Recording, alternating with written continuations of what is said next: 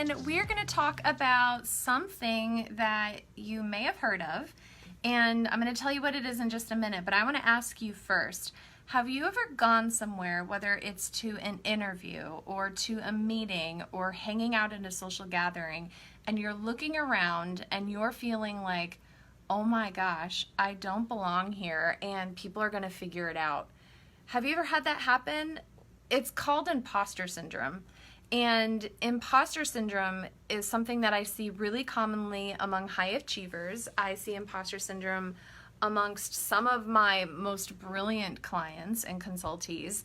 And imposter syndrome is a part of us that emerges when we're feeling like we're outside of our comfort zone. And it starts to tell us things like, you don't belong here, you're ill qualified, people are going to figure it out. It shatters our confidence. It really harasses us when things matter the most. And there are things that we can do to help you overcome imposter syndrome. So if you're looking to produce better, feel more confident, feel like you can show up wherever you need to show up and do your very best and not worry about those negative messages, then you're in the right place. We also have a blog on this topic, and we're going to be expanding on this material over the next coming months, and so make sure to check it out. We'll put the link to the blog in this live video, but I want to talk to you about the imposter archetype. In the work that we've been doing together, we've been really focusing on the acknowledgement part of the ACT method, which is looking at the root causes of why we feel the way that we feel. And the imposter archetype is all about helping us to feel like we are safe, that we are fitting in, that we are qualified, and that part has helped you get through life in lots of different ways. But what's happening when it becomes imposter syndrome is that it's actually overtaking that process and starting to prevent us from going out of our comfort zone and trying new things and growing and building. And so the question is what is this imposter archetype, and how can I understand this imposter archetype so that I can heal and be free from imposter syndrome? And what would that look like?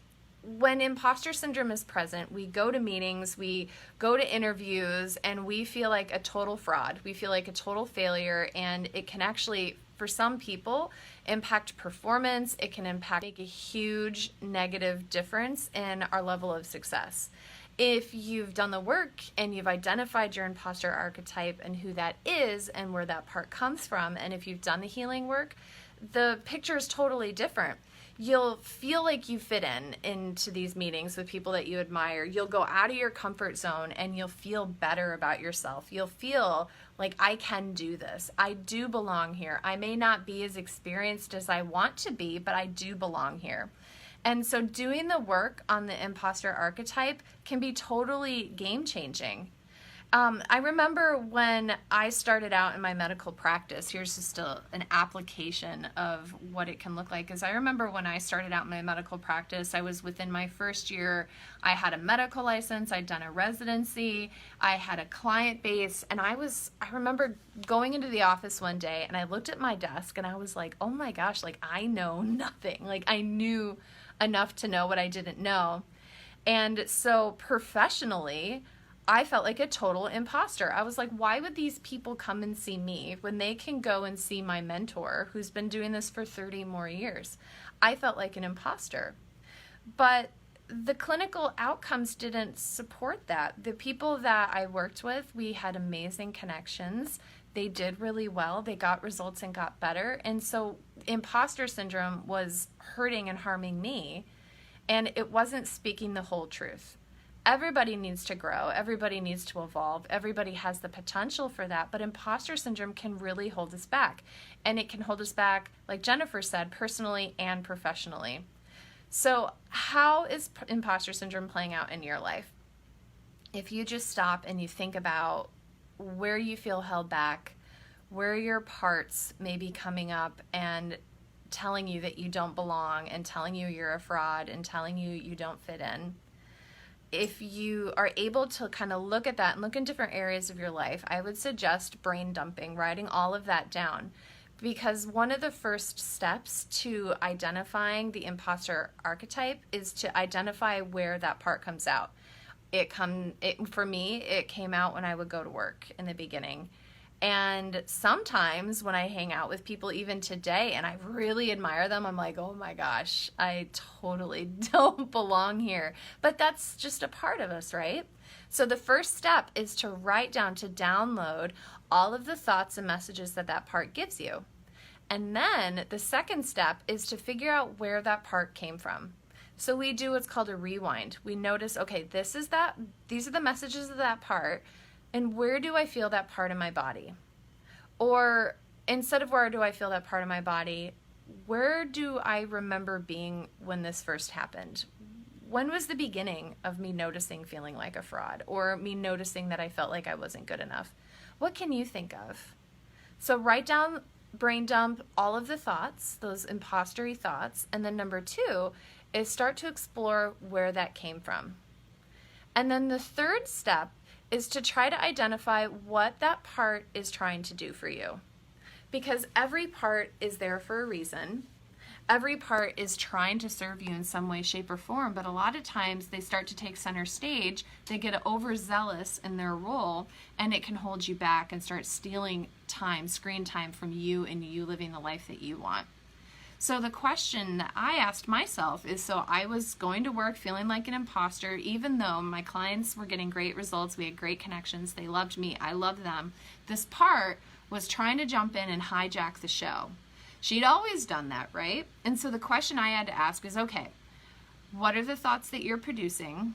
What are the origins? Where did you come from? And what are your unmet needs? Like, what is that part trying to do for you?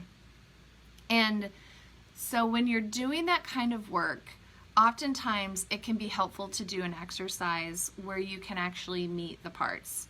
And a visualization that I can do for you guys, I'll actually make it an action item for me where I'll record a guided visualization. But what you can actually do is imagine in your mind's eye that there's a big table in the middle of a field or the middle of a room, and that you come to that table and you invite that imposter part to come to the table. And so you're familiar with her, that or him, right? That part comes and you greet them, and they can either stand in the corner, they can stand in the doorway, or even sit down at the table. And then I want you to interview that part. What are your goals? What are you trying to do for me? What are your motivations? What provokes you to come out? What are your unmet needs that I can serve for you? And so getting to know that part is the first step in destigmatizing the imposter syndrome. And so we can't heal from something that we don't know about. We can't heal from something that we don't know is there. And as you're doing that exercise, if you're having a hard time dialing in, you can do what I call bilateral tapping, where you can place your hands on your legs, put your legs side by side. One hand is holding the camera, so I can't show you with both. But you can either keep your eyes open or you can close your eyes. And you would just simply rest. I like to close my eyes. It helps me focus better, and that's how I visualize the table. But you can close your eyes or keep them open, whatever feels safe. Place your hands on your lap, and then tap slowly left, right, left, right, left, right, while you imagine sitting at that table and interviewing that part.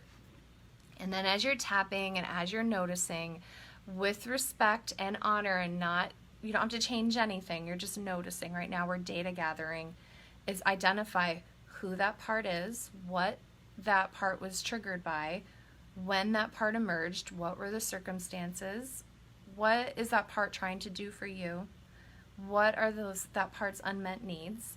And then we're going to start to deconstruct that. And when you feel complete and when you feel that those questions have been answered to the best of that part's ability, you can take a nice deep breath, and then you can open your eyes and write it all down. And writing it down, remember we were talking about brain dumping, getting everything out, and writing it all down is an opportunity for us to get the thoughts out of our head so that we can put them somewhere for safekeeping.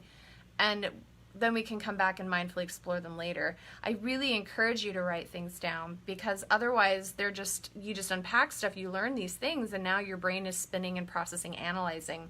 And we want you to unpack, but we also want to be intentional and create space. Like right now, I'm choosing to speak with you, imposter part, and then I'm choosing to write down what you say, and then when I choose, we're going to come back and keep working. So that part isn't hijacking you, that you're the one having the autonomy over this part. So write it down, and then I want you to mindfully put that away. And so you can fold the paper, you can put it somewhere physically, put it away. And if you still feel like your brain is active, there's a technique that we can do called the box technique, or the protective technique. And to get access to that, check out, if you haven't already, the somatic graphic imagery webinar, where at the end of that webinar, I actually walk you through the protective chest, the protective box technique, where you can mindfully put things away. And so today we've been talking about imposter syndrome. We talked about the first steps are to notice when that comes up. And so notice the circumstances, notice when it's evoked, when it's triggered. And then we're going to actually do where we meet. We're going to go to a table. We're going to meet that part. We're going to start to interview that part, learn about that part, because we know that that part has been there to try to serve us, protect us, honor us, but that part has been taking center stage. And so in order to help you take center stage, to send that imposter syndrome backstage so that you can live your life the way you want it, so that you can go to interviews and know that you are worthy of having an interview, where you can go to dinners, where you can go out with people, so that your social anxiety isn't hijacking you, where your imposter part isn't telling you lies that you don't belong there, so that you can be free to live a life of joy and confidence and peace. We're going to deconstruct that part that's holding you back. So today, if you've just joined us, we've been talking about imposter syndrome. I shared a story about how that's manifested in my life, and then we walked through the initial steps to start to get to the bottom of imposter syndrome so that you can get your life back. I also wrote a blog on the topic, and I'm going to be talking about this quite a lot more. It's something I'm really passionate about. And one of the things is, babes, is if you have, if you're a high achiever, or if you have high expectations for yourself, I often see this in intelligent people and highly precocious people.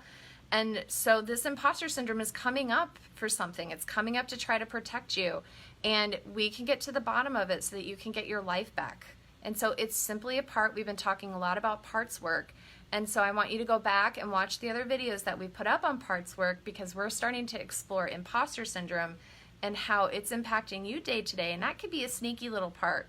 And so check out the blog, stay tuned. If this you think would be helpful for anyone. And also we have a 7-day anxiety challenge. It's totally free. We have a group. And so check those out. If you're looking for more love, more support, I'm totally here for you. I care so much about you.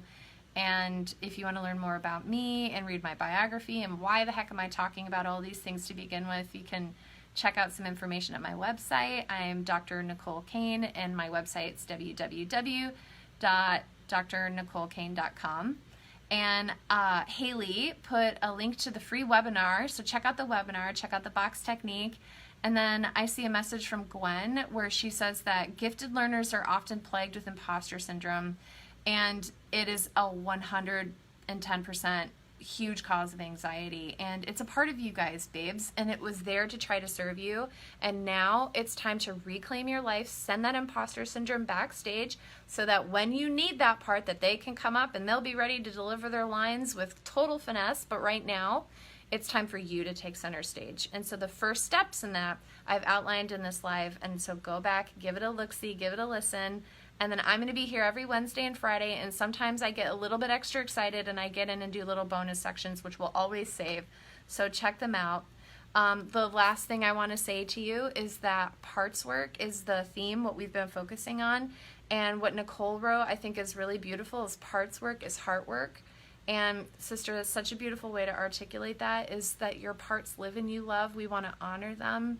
They're here to serve you. They're just a part of your story. And we're all about turning the page and writing the story the way that you want to be. And part of that is doing the parts work. So anyway, I honor you. I love you all. And I will see you on Wednesday. Take care.